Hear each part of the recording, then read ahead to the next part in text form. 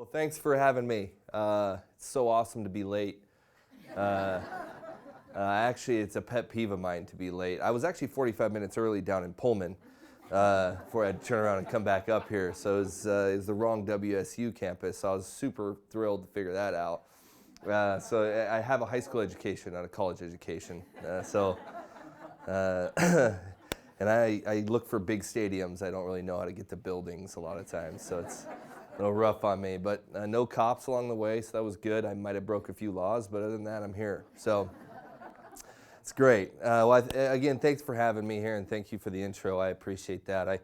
Like she said, I have 3 little boys, all which I consider leaders. And what I do in life, and I'm going to share my story a little bit, and then talk about a little bit about the drive to be a major leaguer, why I became one, what I lost in the process of becoming one, and then how I found it again, and I found a purpose and a platform through that, and now I raise my boys under that concept I'll talk about. And I had a great time in my 14 years in the major leagues. It was painful in some areas and fun in other ways, as you'll hear. But I'm really encouraged that my 3 sons I'm able to raise them the way I get to raise them, and I get a little bit more time with them than I know that some dads get. So I understand the privilege that I have. So I want to share with you a little bit how I think in concepts of leadership, of being able to talk on compassion, what it means to be a servant leader, and how I view servant leadership in different ways. So I was drafted out of high school here. I went to Northwest Christian, a little tiny school here in Spokane. My wife is my high school sweetheart. I've known her since I was 14. I've been married for 17 years. Completely different story, but 17 years, probably my last 5 have been awesome. My first 12 were really tough for us, and learning experiences came along the way, and Major League Baseball kind of threatened my marriage at some points in time, but we made it through, and now I dearly love my wife and like her, which I can tell you doesn't always happen. So I like and love my wife, and I like and love my kids. So I've known her since I was 14. I got drafted out of high school. I had a full ride at Gonzaga, which I passed up to go play for the Kansas City Royals when they drafted me in 1997. Being as small of a school as I came from, I had no idea how to fail. Absolutely no idea what it meant to fail. I didn't understand what failure was. I think I gave up like 1 hit my senior year, and that was due to the fact that I was playing against 8th graders half the time on some of our teams that we play against. So it wasn't a very tough situation for me. And so when I got to pro ball, understanding that everybody was good and most of them were better than me, which I didn't understand, it was a tough process, threw me through the minor leagues. I wanted to quit several times. My dad is an Air Force, was a captain in the Air Force. He was a radar navigator bombardier for a B-52, stationed out of Fairchild here for a little bit. The reason I came back here to go to high school is because my dad was stationed here in the early 80s when I was 1 and 2 years old, and then ran it through my 2nd grade year. So we were out here until I was in 2nd grade. And so he wanted to come back here, so he retired to move us back. And so my dad had talked to me a lot about, he gave me some experiences of how he had failed, and it helped me through the minor leagues. And I got to the big leagues when I was 22, and it's actually a very young age. I actually just played for the Royals, and it's not the Royals. If you guys are sports fans, that's not the Royals of this era. That's the Royals of like 160 losses out of 162 game type Royals, right? We lost almost every game we played. So I had they had nobody else to go to, so they forced me through the minor leagues into the major leagues. And when I got to the major leagues in 2002, I was pretty excited. My wife and I had been married for almost 3 years at the time. She went through the minor leagues with me a little bit. I thought it was important that she had gone through the minor leagues with me to understand. We had to, I made $400 every 2 weeks, so she made more money than me selling shoes than I actually did at playing on a baseball field. So I was so happy that I got to be married in that era and walk through the minor leagues with her and understand what it took to get to the major leagues. And it was 4 years in the minor leagues, and that again is a shorter time. But I had probably a lot of upside. I just didn't have I didn't go to baseball camps. I didn't go to all these little baseball schools everybody else went to. So I just kind of played sports as the seasons came in. I played basketball, I played soccer, I played baseball. I played all these different sports. So I didn't have all these specialized camps to go to, and I just had a lot of talent, and I threw really hard. And so I had to actually learn probably more at the major league level than I did at the minor league level. And failing at the major league level is not very fun in any way, shape, or form, but it shaped me as a leader. And it taught me a lot of things about life. It taught me a lot of things about, it taught a lot of life lessons when it came to understanding what failure is, what success is. It taught me what it meant to be a successful person, how I'm supposed to reflect success onto other people, and what it means to be a servant leader. And in 2002, when I made it to the major leagues, I was on top of the world. I thought it was the greatest thing ever. I was at the major league level at 22 years of age. I was having fun. I could care less if we won and lost. I was just playing Major League Baseball, which is every kid's dream that I played with at the time. And within 4 years, I had lost that passion, and I hated the game of baseball. I absolutely hated it. Because every day we went to the field, we won or lost, and we got booed or cheered. Most of the time I got booed, even by my, excuse me, even by the hometown fans, because we were so bad. But, I just had that, as an athlete, we're very driven people, as I know some of you in here are. Even if you're not athletes, you're very driven. And the idea of giving up is not really a concept in some people, and it's not in my vocabulary. Giving up for me is just not something that it's not an option in most things. And but I hated baseball, and I didn't know how to stop playing, because I can't just say I quit, because then I'm a quitter, and I can't do that. And I remember sitting on my counter after I'd failed quite a bit with the Kansas City.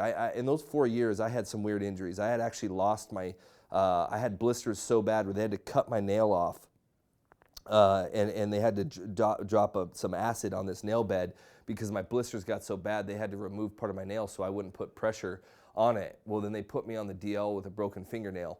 It doesn't go over real well in Major League Baseball when you got to sit there and be like, you're on the DL with a broken fingernail. I mean, and it's not just like, it's everywhere. My dad actually called and said, I'm going to need you to explain this one to me. And it just had some weird injuries that way, and I had some ups and downs. I'd be a starter with them, I'd be a reliever, I was a closer for a period of time. I had all these ups and downs.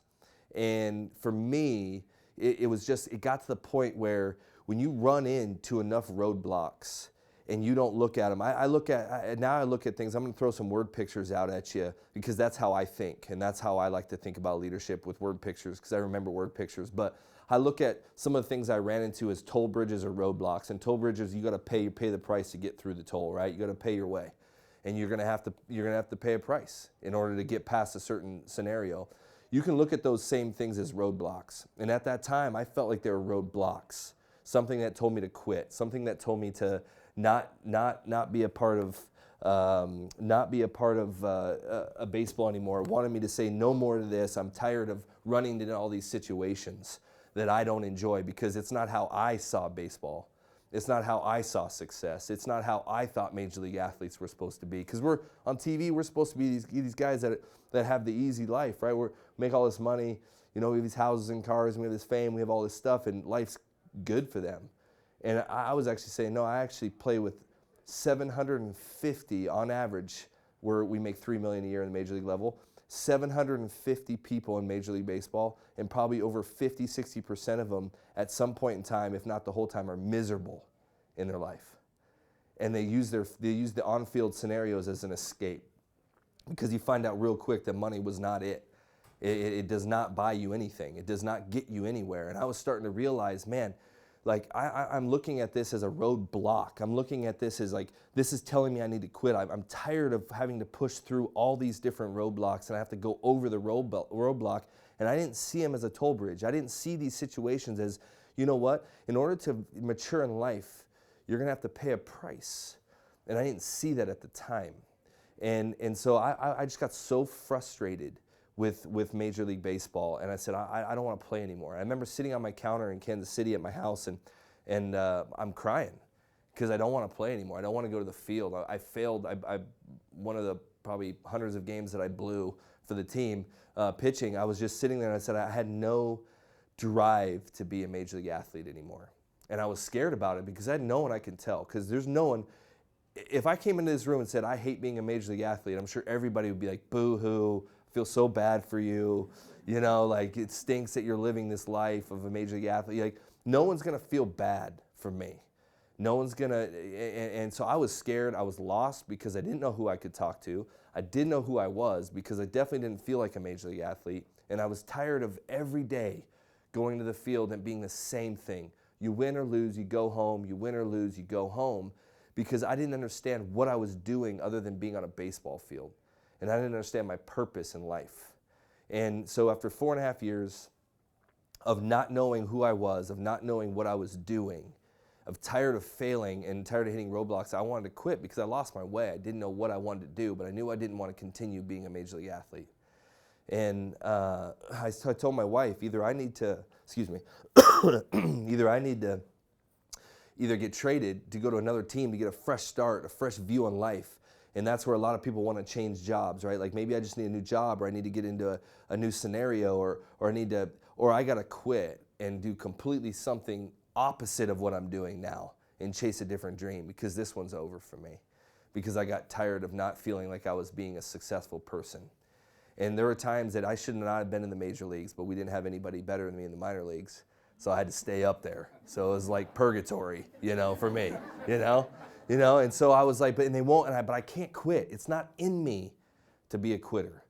And so I'm like, my wife's like, I tell her, I was like, I want to quit and go home, but I'd rather them just release me because then I could say it was their fault, not mine. It was like, oh, I tried my best, they released me, I'm good, and I'd move on. But I didn't get that opportunity. And so I got a call in 2006. And it was 5 minutes before the trade deadline. And I remember the GM, who is the GM of the Royals now, his name's Dayton Moore, he called me and he said, Jeremy, I just traded you to the Colorado Rockies. And my wife was ecstatic. She was a little too loud with my GM still on the phone. But I told her, like, go in the other room and jump for joy, but you can't do it right here. It's awkward, And so I started packing my stuff up. I got to the field as quick as possible. I shook hands with the guys. I said goodbye to the front office. And I could not wait to get to the airport because I just needed out of Kansas City because it was too many bad scenarios and it was too many roadblock scenarios for me. And I got to Colorado and I landed. I remember landing in Colorado. And I remember my first thought driving to the field. I was like, oh, I got traded to the Rockies. I didn't really think that there's no, gravity in Colorado. So as a pitcher, you got to understand, I depend on movement and curveballs. So I depend on balls going this way and missing bats. That's the concept. Well, when the ball just kind of floats up there and the hitter's eyes are I remember even playing in the interleague, and it was a fight to the bat rack for our hitters because if they were in a slump, they're like, I'm definitely getting a hit here, So now I'm pitching in these environments. And I remember thinking the whole time, God, I remember praying, please, just get me out of this town. And then I said, maybe I should have been a little more specific when I said, get me out of this town, because now he just put me in a place that was not a pitching-friendly park at all. First guy I faced was Prince Fielder. And I remember he was an okay hitter. And I remember facing, I was like, it was his rookie year, and I was like, man, I think I faced this kid earlier this year in interleague with Milwaukee, Kansas City played. I'm like, yeah, I got him out on curveballs. This will be fine. I threw him a curveball. I remember he one-handed. He was out front. He one-handed this curveball, and it was a homer. And I remember watching it go to the ballpark, and I was standing there. And that time there wasn't a lot of Rocky fans in the stands, and all I heard was this one guy go, "Welcome to Colorado," and I literally wanted to cry. I was like, God, this is getting worse for me, But because I couldn't quit, because I had to keep pushing, that was my drive to continue being whatever I needed to be. Because I say I will let the cards fall as they fall, and if I'm not good enough to play, I get released. But I'm like, why am I still in uniform? Because I don't feel like good enough to play this game. And I was walking down the street of Colorado in downtown Denver the next day. And I was just sitting there moping. I was like, God, I pray a lot, to be honest with you. Some of you, I don't know where you're at spiritually, but I'm a man that prays. And I was like, I just need to know purpose. I got to have a purpose for what I do.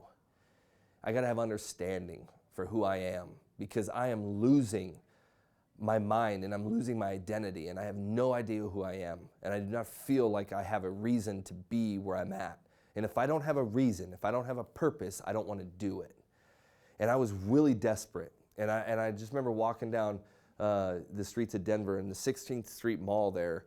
If you've ever been to Denver, it's like a little shopping mall street, you know? There's not a lot of there's no cars, there's just like a bus, I guess it goes down, but it's mainly just people walking around. Well, there's a lot of street kids that hang out in Denver, like 16, 17-year-olds.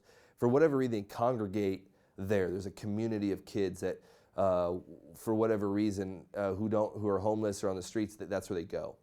And I remember walking down the street, and I needed a coffee, and because my head was pounding. I found out later it wasn't a caffeine issue; it was just there's no oxygen, and so I was trying to get used to I had some elevation sickness from being there and being in Kansas City for so long, but my head was pounding. And I said I need to get some caffeine, and so I was walking down the street, and I see this little girl. She's about 16 years old. Sorry, young woman. Apologize. 16 years old, and I see her squatted down right outside of a Rite Aid, and she's eating this like cup of noodles, dry. There's obviously no water. She just got it, and she's shaking, and I look at her, and you could see she was not doing well. She was sitting there eating. She was scared to look up, but you could see her. She had a split lip. She had like a black eye, but recently split. I mean, still bleeding a little bit. Her clothes were ripped, and she was trembling. And I just looked at her, and I touched her on the shoulder, and she jumped away from me. And I said, hey, I don't want anything from you. I just want to know if you want something to eat. And she said, please. And so I walked into Starbucks, and I said, okay, I need one of these green sludgy drinks. They're called those naked drinks, you know, that look terrible, but they taste relatively good. They just don't look great. And I said, I need one of those, and I need whatever has the most sugar in it.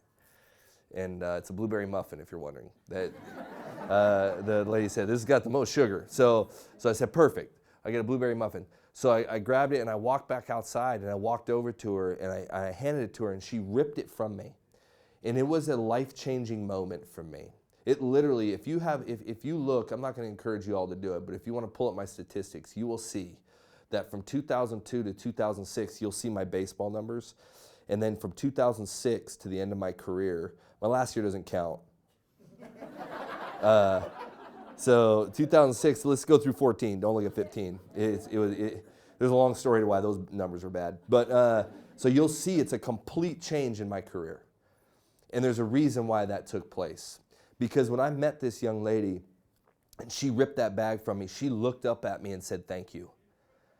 And it was probably about a 5-second stare, but it felt like an eternity for me. Because when she ripped that bag out of my hand and said thank you, it was like our souls met, and I could see right into her soul, and I saw a girl that was scared, alone, afraid to talk to somebody, not knowing who to talk to, and having no purpose in life. And this girl had ripped jeans, black eye, living on the streets. Who knows what she went through the night before. I was sleeping in a nice hotel, and I went to an unbelievable stadium to play baseball. I had nice clothes, I had a car to drive, I have a nice home, I have a wife. I have all these things that look like the American dream. And yet our realities were the exact same. We were both scared, we were both alone, we were both wondering what our purpose was, and we had no one to talk to. And when she said thank you, it wasn't a thank you for the food, because it's what everybody does, and everybody in here will do the same exact thing from day to day. I still do it from time to time, but we will all do it. And when you walk by someone in that situation, you can go right down here and see it happen every day. The fake phone call will come in. The guy walking up to you, you're like, hello? Like you pull it on you because you don't want them to beg. You don't want them to bother you. Or they're sitting there and you go to the other side of the street so you don't have to walk by them on this side of the street because you feel uncomfortable. Or you actually have temporary blindness and you actually don't see them, or you're actually temporary deaf, and when they ask, you keep walking by and you don't acknowledge they exist. We all will do it. We all have done it. I'm not here to shame anybody. I'm just saying that that's a reality. But this girl's reality was, thank you for letting me know that I exist. Because this girl is 16, 17 years old, and everybody was doing the same thing. Walking around her, walking by her, acting like she didn't exist when she was terrified. And she just needed someone to say, thank you for letting me, someone to say, you exist, I appreciate who you are, and I know you're scared. And I know you're a human being. And I just want to know if you need something to eat. And that's all that girl needed. The smile on her face when I gave it to her and she said thank you was awesome. The reality that for me is I walked to the field after that And I felt so much joy in my heart for what I did. And I was sitting in this bullpen, and Colorado they have interesting bullpens. It's one of my favorite places. It was one of my favorite places to play at home, but it was also one of my favorite places to go on the road. Not necessarily pitch, but to actually watch a game.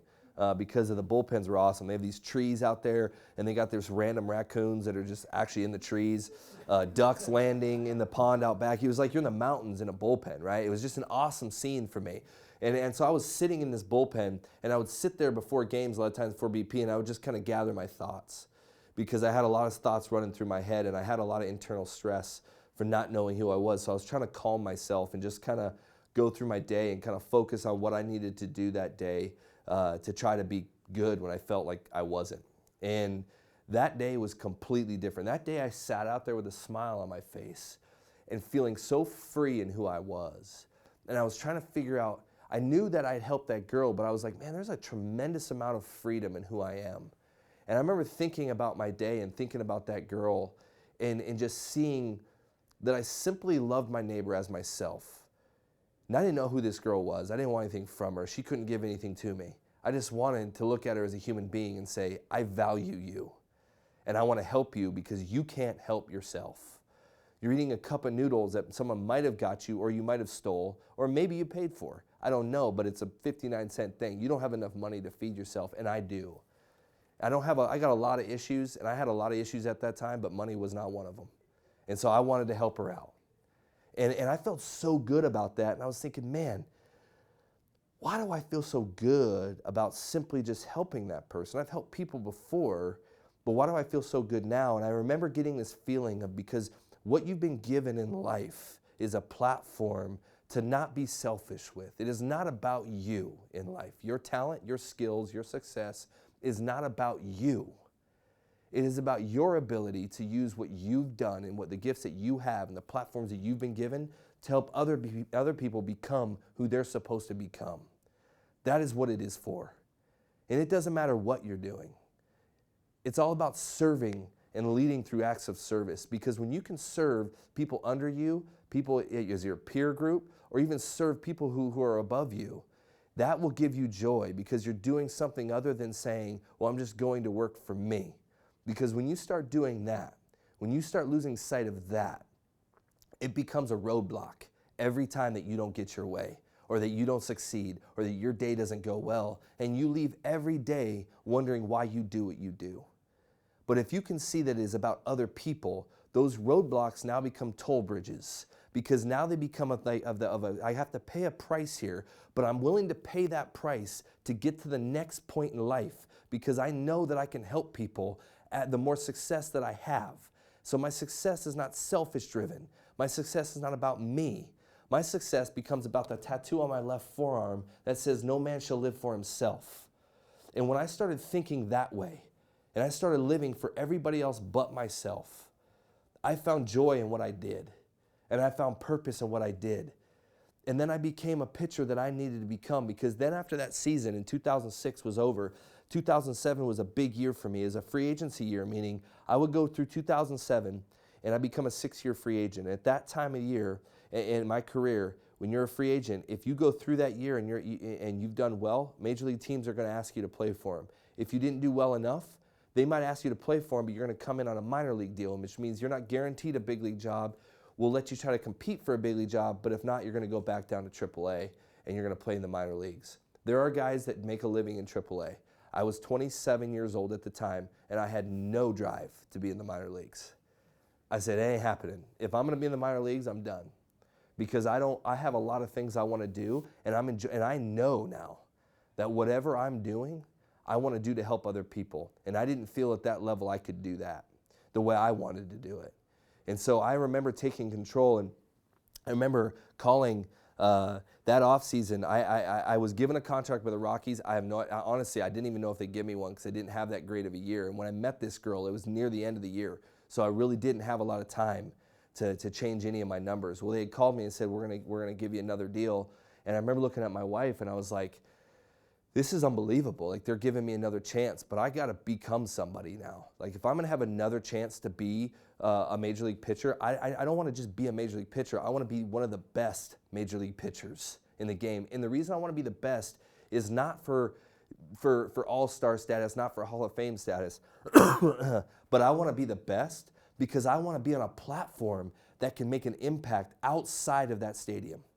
Because I knew that I put my pants on one leg at a time, just like everybody else did. And I knew that it was not about the uniform. That does not make me any better than anybody else. That uniform that I wore, the reason that there's such an awe about it for some people is because there's this group called the media. And they publicize you. And they put you on Twitter. And they put you on Instagram. And they put you on ESPN. And they put you on the MLB Network. And they run highlights. And sometimes if you're good enough, they put posters of you up in cities. And they make this glamorous life. I'm going to tell you something. We are a bunch of dorks. I promise you that.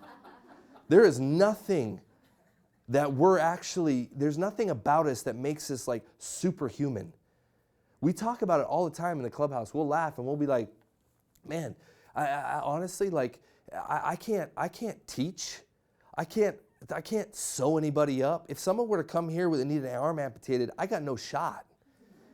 So there's a doctor that's really good at that. He does that really good. There are teachers that speak in these buildings that are very good with training up leaders and teaching you. They're very good at that. I cannot do that. They do it well. I just did something well. The thing is that I did well was in the entertainment business, and we all know that just gets publicized a lot more. And we are overpaid. And I realized that. I had no problem taking the money because they offered it. To be honest with you. We're just going to put that out there right now. Like, people are like, oh, man, you guys are greedy. Well, if they laid a contract in front of you that said $30 million, what are you going to say? No, I feel bad? No, you're going to sign it, right? That's just what you do. Like, we're not saying that. I'm not saying I wasn't overpaid. I'm saying that I'm just not saying no to the situation, right? So I knew that. And so I told my wife, I said, I want to be the best, man. I want to do that, but I want to do it because I want to give back to a community and I want to help influence a society. And the thing about athletes and sports is we are a figure in a community. We are. There is a college, WSU I get, but there's a college another block down the road from you that is what Spokane banks their identity on. It is. They become figures. I mean, you go to Seattle, and it's the Mariners, it's the Seahawks, the 12th man. States bank their identity on an athlete or an athletic situation. And we know that.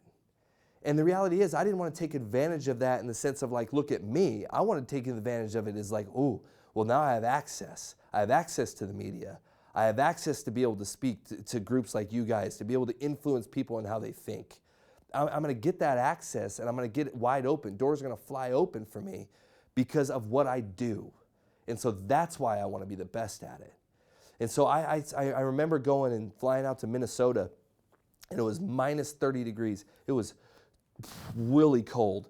And I remember landing there, and I flew there to go work with a pitching coach that was with the Royals, and he knew me when I was a kid. When I was 18 and signed with him, he had worked with me through the minor leagues, and he had got my curveball to where it became a good curveball that I had no idea how to throw strikes with, to be able to throw strikes with it, and it's why I got to the big leagues so quick.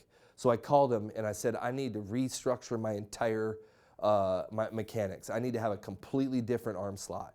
And he was like, that's going to take a while. And I'm like, I don't care. I'll spend however long time I have to out here. At that time, my wife was pregnant with our first child. The chemical scenario was a little bit awkward, so I was like, yeah, I could probably use about 10 or 15 days out of the house so I don't get in trouble so much.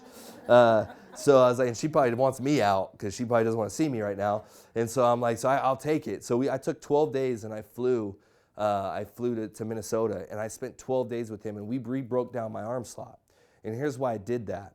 I think in word pictures, and I was reading a story, and it was kind of a parable type deal, but it really made a huge impact on me about two lumberjacks. And one lumberjack challenges the other lumberjack to a tree cutting contest, right? And so the guy's like, fine, well, let's do it. So they put some money on the deal, and the first lumberjack, he said, you got 8 hours, and whoever cuts down the most trees win. And he's like, okay. So the first lumberjack gets there, and they both show up to the site. And he says, okay, you have this half of the forest, and you have this half of the forest. So the first lumberjack goes and starts cutting down the trees in his half of the forest. Well, the second lumberjack just sits down, and he starts sharpening his axe. And the first lumberjack's making fun of this guy. He's like, it's almost been 4 hours. You only have half the time, and you haven't even started cutting down trees. You have no chance of winning. Why are you trying to lose? And he was like, we'll see. So at 4 hours, the second lumberjack got done sharpening his axe, and he cut through the trees like butter. And the first lumberjack, his axe went dull, and he quit being able to cut through the trees, and he ended up losing. And at the end of the word picture, the guy said, here's the deal. He who has the sharpest axe has the most wisdom and will always win. So whatever you do, that is your axe. Figure out what you're good at and sharpen it and become the best at that. Don't let everything else distract you. Don't just assume it's going to come easy to you, and figure out your skill set and sharpen it and become the best at whatever you're going to be, and don't be something you're not, because you will always lose, and it's chopping down trees with a dull axe. So I went and I said, I need to sharpen my axe. So I went and I changed my arm slot. I changed my pitching repertoire. I kind of looked at my curveball differently, and we took 12 days to re-break down my mechanics. And I ended up having the best year of my career to that point. I went to the World Series with the Colorado Rockies. We lost to the Boston Red Sox 4-0. We got spanked. We didn't even have a chance. I was the only guy to pitch in all 4 of the World Series that year, and I had 75 appearances in the big leagues, and I ended up becoming a free agent. And the Rockies didn't want to sign me back because, one, I became too expensive for them based on free agency stuff. Blame that on my agent. He said that's what I'm worth, so I got to just go with him, you know? And so, and they also didn't know how much I'd be able to stay healthy, because when you pitch at that kind of elevation, you know, you can't recover as good. So a lot of times pitchers will break down when they throw too much. So they kind of just thought that I might break down. So I signed a 1-year deal with the Cincinnati Reds. And I get to Cincinnati, and I have no idea why I'm there. It was a 1-year deal. I didn't want to pitch in Cincinnati. It's a smaller ballpark than the Rockies place. Like, it's not fun at all. Like, and when you sign a 1-year deal, nobody pours into you. So I went to the front office, the community relations department, and I said, hey, I want to be out in the community. I want to be talking. I want to help kids. I want to be doing some stuff with any of the poverty areas around here. I want to try to do anything I can. And they said, okay, it's great. But I was not a marketable player for them because I was on a 1-year deal. So they didn't let me do anything. So the only thing I could do at that time was I called my buddy in Kansas City who works with a group called Youth Front. And I said, look, I know that I'm supposed to use my platform to bring change to communities, to societies, to states, to countries, to people, whatever it is. I want to use my platform. I am not able to utilize that because the Cincinnati Reds don't really put me out there because they got their own guys they want to use. So potentially that became a roadblock for me. But I didn't want to give that up, and I paid that price by saying, you know what, I'm not going to go this way. I'm going to figure out any other way I can do it, and I got to keep pushing through here because I know it's why I'm supposed to be who I'm supposed to be. And so I called him, and he said, you know what, we're starting a hunger initiative, and it's called Something to Eat. And I said, really? He's like, yeah. So he explained it all to me. It's where kids come in and they raise money, and they raise 25 cents. It's 25 cents a meal, and we package together meals, and we put them in the local food banks, and we send them overseas to Africa. We were doing some stuff in Kenya at the time. A Youth Front was anyhow. And I said, fine, I'd love to do it. And I said, but I can't do anything physically for you, so I'll bankroll it because I don't know what else to do, so I'll help use my finances. I was able to get a pretty good 1-year deal with the Reds, and I felt like I could utilize some of that financial income to be able to help. So I bankrolled the start of that situation, and it became Something to Eat. Now I started an organization called Generation Alive, and it was because of that young lady, that 16-year-old young lady in Denver, that I started an organization called Generation Alive that still takes place, and it's still here in Spokane. And one of the things that we do is a program called Something to Eat. And we've done over 2.5 million meals in the last 4 years, and all with students. And we've been able to fund, we've loaded up food banks here, we've done stuff in the Bay Area, and we've kind of gone all over the world, but what we're keying in now is the local food banks. And I was able to kind of start that organization and start that thought process because of the fact that I said I got to use whatever my platform gives me, whether it be financial backing, whether it be platforms to speak, whether it be the media, whatever I have at my disposal, I want to use to bring change. And I have found, one of the things I'll tell you this, in these Something to Eat programs, one of the things that I have found is I walked in to a Something to Eat situation down in the Bay Area, and we were in there, and it was called Chavez Elementary School, and it was in East Palo Alto. So you have Palo Alto, Stanford, then you have a street, and then you have East Palo Alto full of gangs and poverty. It's a literal street that divides the wealth with literal poverty and at levels. And they have a lot of gang violence over there. And so I walked into this elementary school, and we put on this program, and these kids were all poor kids from the area, like literally didn't have food on the weekends because they didn't go to school, and they could eat at school, but they didn't have food on the weekends. And they actually raised enough money, and they packaged 200,000 meals. And these kids raised the money to do it because they knew that it was important for them to be able to help people that were just like them. And I remember we walked in, and I brought some of the minor league guys from San Jose, which is the A-ball team for the Giants, and I had played for the Giants at the time. And I walked in, and one of the things that it was amazing to me is all these kids laughing and enjoying and having community and packaging meals. And I had a sheriff walk in, and he was nervous. And I walked over to him and I said, "Hey, you all right?" And he's like, "Yeah, there's a pretty interesting scenario here that we're trying to monitor." And I'm like, "What's that?" He's like, "Well, you see that table over there?" I said, "Yeah." I was like, "Well, those are two rival gangs. And you have them packaging meals at the same table." And I looked at him and I'm like, "Well, they don't look like they're angry at each other." And he was like, "Right, that's why we're a little concerned, because they had actually just killed each other last week." These kids are like, we're talking, these guys are 11, 12 years old, and they were killing each other. And he goes, "Yeah, that's part of their initiation. And they have to like do it because they got to survive, right?" Well, these same kids that were fighting and killing each other are at the table laughing and smiling at one another. And I said, "Sir," I said, "do you understand why that is?" And he said, "No, I'm confused." I said, "Because what they're doing is called unconditional love. And that's called servant leadership. And that's loving their neighbor as themselves. That's looking at them for the first time. They look at each other and say, we don't look out for the number one. We're not looking out for us. We're not looking out to stand attack against from you. We're looking to help. And we all know we're in the same boat in reality. And some of our reality says survival of the fittest, because that's kind of the situation we've been put in. But the other reality is, what if we simply loved each other and helped each other out? What would that look like? Because that's called community. And that's what that looks like. And he stared at him for 30 minutes. And he came over to me before he left. He goes, "I just want to let you know I've never seen anything like this." And it was a simple thing. It was simply packaging meals to help people out. And it was, and these kids came over to me and they said, "Why do we have so much joy?" I said, "You have so much joy because you're doing what your soul was born to do and not live for itself. Because inside of us, there is that need. There is a void when we don't do it. When we live selfishly, we have a void. And we become angry, bitter people when we live selfishly. But when we live for other people, especially when we do it through our jobs, we find joy. We find purpose. And we find a drive to become the best at whatever we want to be." And I know there's some high school students in here, and I realize the fact that you guys don't necessarily know what you're going to be yet. But you have to remember there's something in you that says, "I don't know what I want to be, but I know that I want to bring joy to other people," because there is a satisfying part about your soul that says, "This is good. And this, for one time, is not about me, and it's not about me." And that's what drove me to continue being an athlete. I went from Cincinnati having one of the best years of my career, not making the playoffs, but I pitched in a lot of games. And the San Francisco Giants called me in 2009, off-season 2008. So they called me in the November of 2008, and they offered me a contract. And I didn't know if I wanted to go there. And my agent goes, "Jeremy, you want to be on the West Coast, you wanted a 2-year deal, you wanted to be close to home, and you wanted a certain amount of money.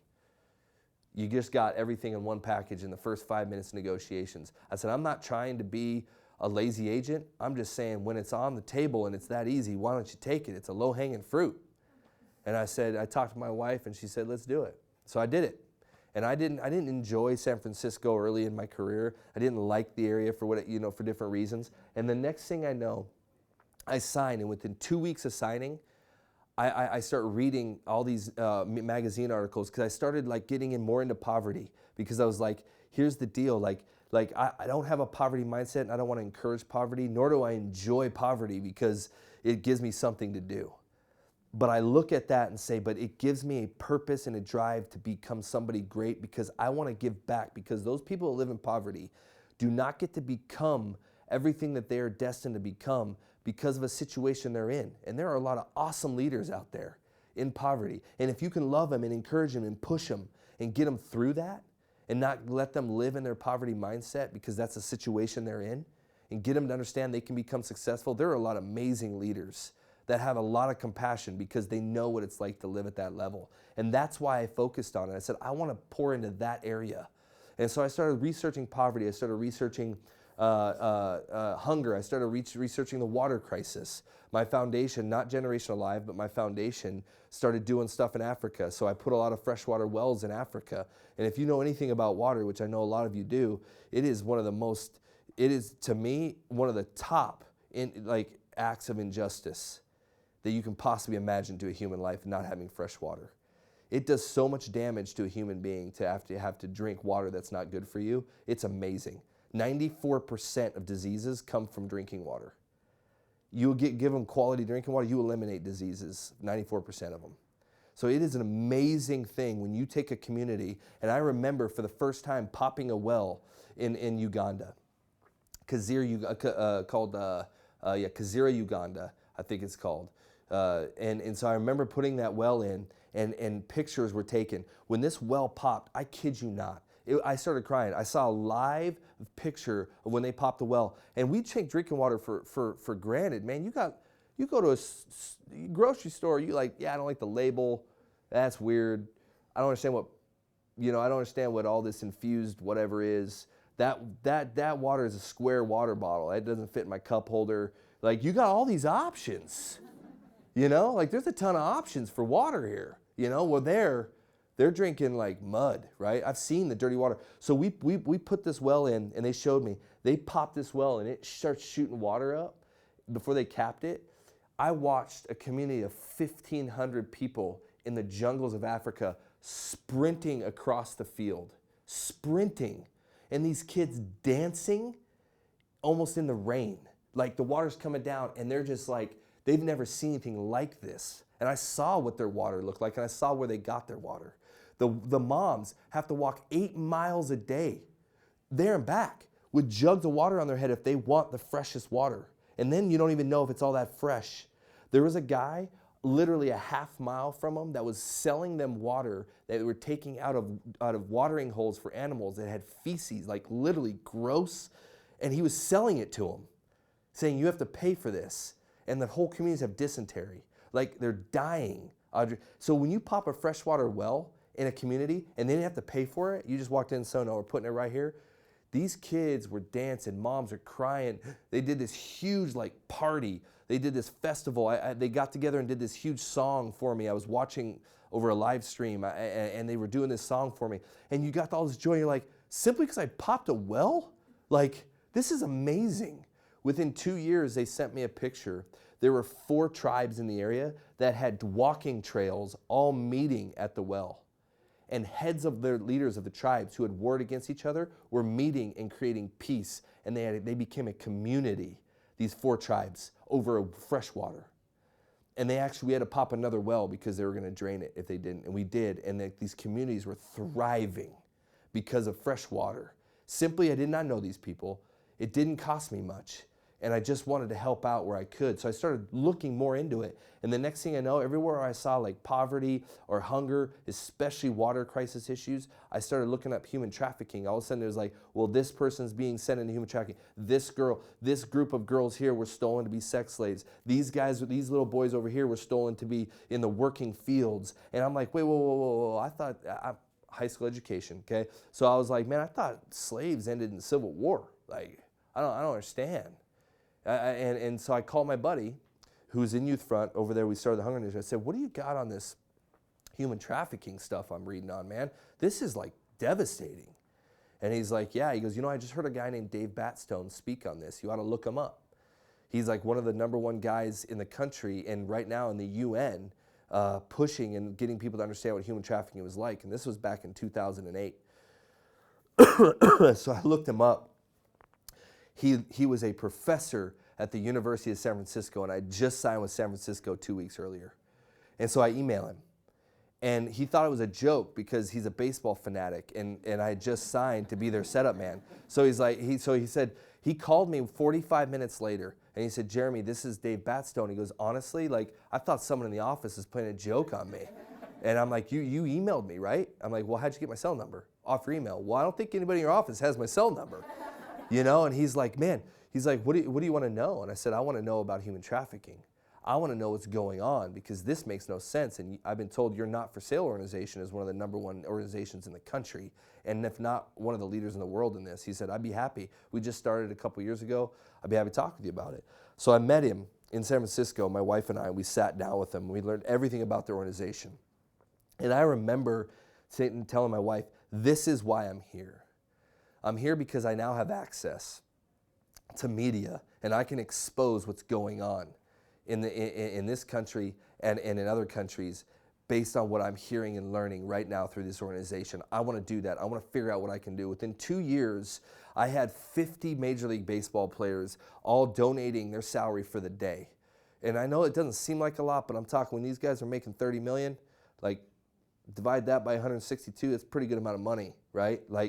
And so I had these guys donating 10s, 15, 20, 30, 40, 50, some $100,000 just because they said, man, today we play for free. And the Giants brought it in, and they did Not For Sale Day, and we got them around, and all these athletes, they said, today I'm not for sale. Today I'm free to play. Because we wanted kids to be free to play. And one of the reasons we did it is because I said, look, one of the things that I want to do is let these kids know that they've been put in adult situations their whole life.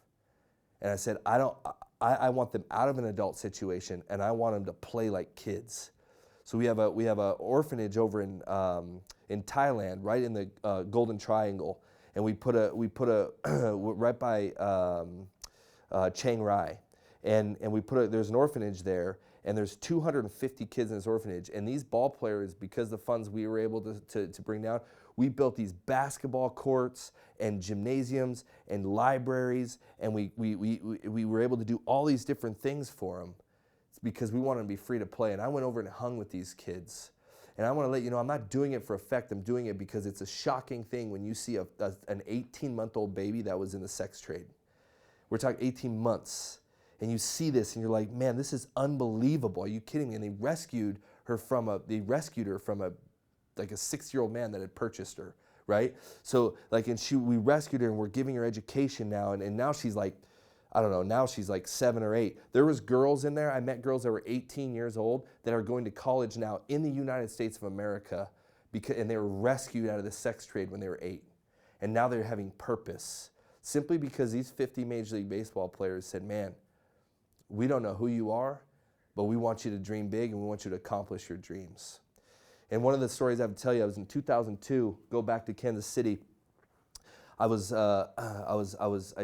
through the Oakland A's Coliseum, and I was standing in center field, and I had one of those old like Nokia cell phones, you know, like the one that played the snake game, you know. I was really good at that game, man. And so I was sitting there, and I walked through the center field wall, and I called my dad on it, and my dad answered the phone, and I was like, hey, Dad, you know where I'm at? And he was like, yeah, you're in Oakland. I said, yeah, you remember Oakland, what happened here when I was 12 years old? And my dad's like, nah, you're going to have to refresh my memory. My dad was stationed in Merced, California. We used to go see Giants and Oakland A's games all the time, right? And I said, Dad, when I was 12 years old, I sat in a stadium, and I said, for the first time, you didn't get me nosebleed seats, right? He would always get the last seat in the stadium. I'm like, Dad, like, I don't even know if that's a fly ball or a homer. He's so high up, right? Like, and so for one game, he bought me these seats, and they were right under the first overhang. I mean, you could see, that's when Canseco, McGuire, and they were so big, and they were big for obvious reasons because they probably didn't do it legally, for what we're hearing. But they were really massive guys, and you're just like, man, and you were so in awe of them. It was one of the best games of my life. And I remember that day. I said, Dad, do you remember what I told you that day? And he's like, no, I don't remember. He's like, Dad, I said, one day I'm going to play here. And I said, Dad, I'm standing in center field. I can see the 3 seats that you, me, and my best friend were under when I said I was going to play here. And Dad, tonight I pitch. And he hung up the phone. And I'm like, and so I call back, and my mom answers, and I'm like, what just happened? He's like, well, your dad's crying. He didn't want to hear you cry. He didn't want you to hear him cry. He's freaking out. But it was because and so I remember when I see these kids, I got to tell my dad, I said, Daddy, I get to play here. I'm going to play here one day. And I achieved that goal. And when I see a kid that's been sold into trafficking, when I see a kid that cannot become, when he's in poverty, when he can't eat to think because the food and nutrition is not good enough, when he can't drink water to keep himself energized, they don't get the ability to say, one day I'm going to be, because they don't know what that day is going to be. They don't know if they're making it to the next day. And so as an athlete, I remember sitting there with my wife, and I said, for the next however long I play this game, my whole time in San Francisco and whoever I play with after, I didn't have to play with anybody after that. But from that time on, I said, I'm going to give people their one day. One day they're going to be. And I said, I might not be able to change everything. But I am not going to sit back and just say, look at me as a major league athlete, and not give people the opportunity or try to help an organization or be part of an organization or start an organization that has the ability to say, one day you can be whatever you want to be. I don't care what that is, but you have that right. And that's what I did. And that's where in 2009, I became Setup Man of the Year. In 2010, I won my first world championship. In 2012, I won my second world championship. In 2014, I won my third world championship. And every world championship that I was a part of, man, my platform to speak and to make a difference became even greater. And the whole reason that happened, I was able actually, in 2014, I was the only pitcher in baseball history to pitch the second inning through the 10th inning. I had pitched every inning of a baseball game, including the 10th. I'm the only pitcher to ever do that, because Bochy would put me in like every game, and in the most miserable like scapegoat situations. Like if you lose, the whole city's going to say you tanked it, right? Like that kind of situation, right? But I remember standing on there, and I remember standing on that mound, and as nervous as I was, I said, yeah, but what if I come through? Because you understand how my platform is going to expand if I come through right here. My platform will expand, and I can do even greater things, and so many people will open so many doors to me because of my resume, simply because I'm a world champion. And I understand that. But I'm not going to sit there and say, well, I don't want to be able to speak to you just because I'm a world champion. If that's what's going to take for me to get in front of your people and to tell you what I believe about acting as a servant and becoming a servant in whatever ways you can, because it's going to allow other people to become great, I said, I don't care what I get that door open to me for. I'll be as selfish as it gets when it comes to doors opening. But I know for a fact, it doesn't matter if you're a major league athlete, it doesn't matter if you're a garbage man, it doesn't matter if you're a professor, a doctor, it doesn't matter if you're a lawyer, a businessman, I don't care what you are. If you don't have a purpose outside of you, that job will become a job, and you'll be miserable at your job. You might be good at it, you'll be miserable while you're there, because you're going to be wondering what you're doing in life, and you're going to hide. You're going to hide, and you're going to get in a lot of other things, and you're going to use outlets to do a lot of other things, because you don't know why you are who you are. And I say, no matter what you do for a living, you are a human being first, and it's about bringing humanity to the next person. And it's about serving and loving your neighbor as yourself. It's about not living for yourself, but living to inspire and to allow other people that are becoming you, like you, or want to chase a dream like you got to chase, and allow them to succeed at that level and to push them to get there. That's why you're here. You're here to be because someone else believed in you to have success, and now I'm asking you to think that way and say, yeah, I'm going to take you and I'm going to allow you to have success. And I'll pour into your life. And if you can't do it because you can't eat, I'm going to get you something to eat. And if you can't do it because you don't have any water, I'm going to get you water. And if you can't do it because you're being sold into trafficking, you're sold into slavery, then I'm going to try to rescue you out of that, and I'm going to give you a life best way I can. The average sex slave in the United States of America is 12 years old. It happens here just as much as overseas. So don't think because we're in a one world country that it doesn't happen here. It happens here a lot. 250,000 sex slaves in America right now, and the average is 12. So know that it takes place here. You know, a high school group here that knows it and understands it, and they've researched it, and they're trying to fight against it. And these are high school kids that are saying we stand up for this. So whatever you're into, whatever areas that you think you can give back to, I'm asking you to use your platform to do that. because that's what changes a community, and that's what changes a society. You can complain about politics, you can complain about Washington, D.C., you can complain about all you want to complain about. But that's not what changes a community. You change a community. And you being who you need to be to other people is what changes a community. Not blaming everybody else for not doing what they should be doing. And I'm tired of people saying, why aren't they doing it? When I look at you and say, why aren't you doing it? Because that's what a leader does. He doesn't say, why aren't they? They say, well, why don't I? That's the question. Why am I not doing something to bring change? And that's what I did as a Major League athlete. So thank you guys.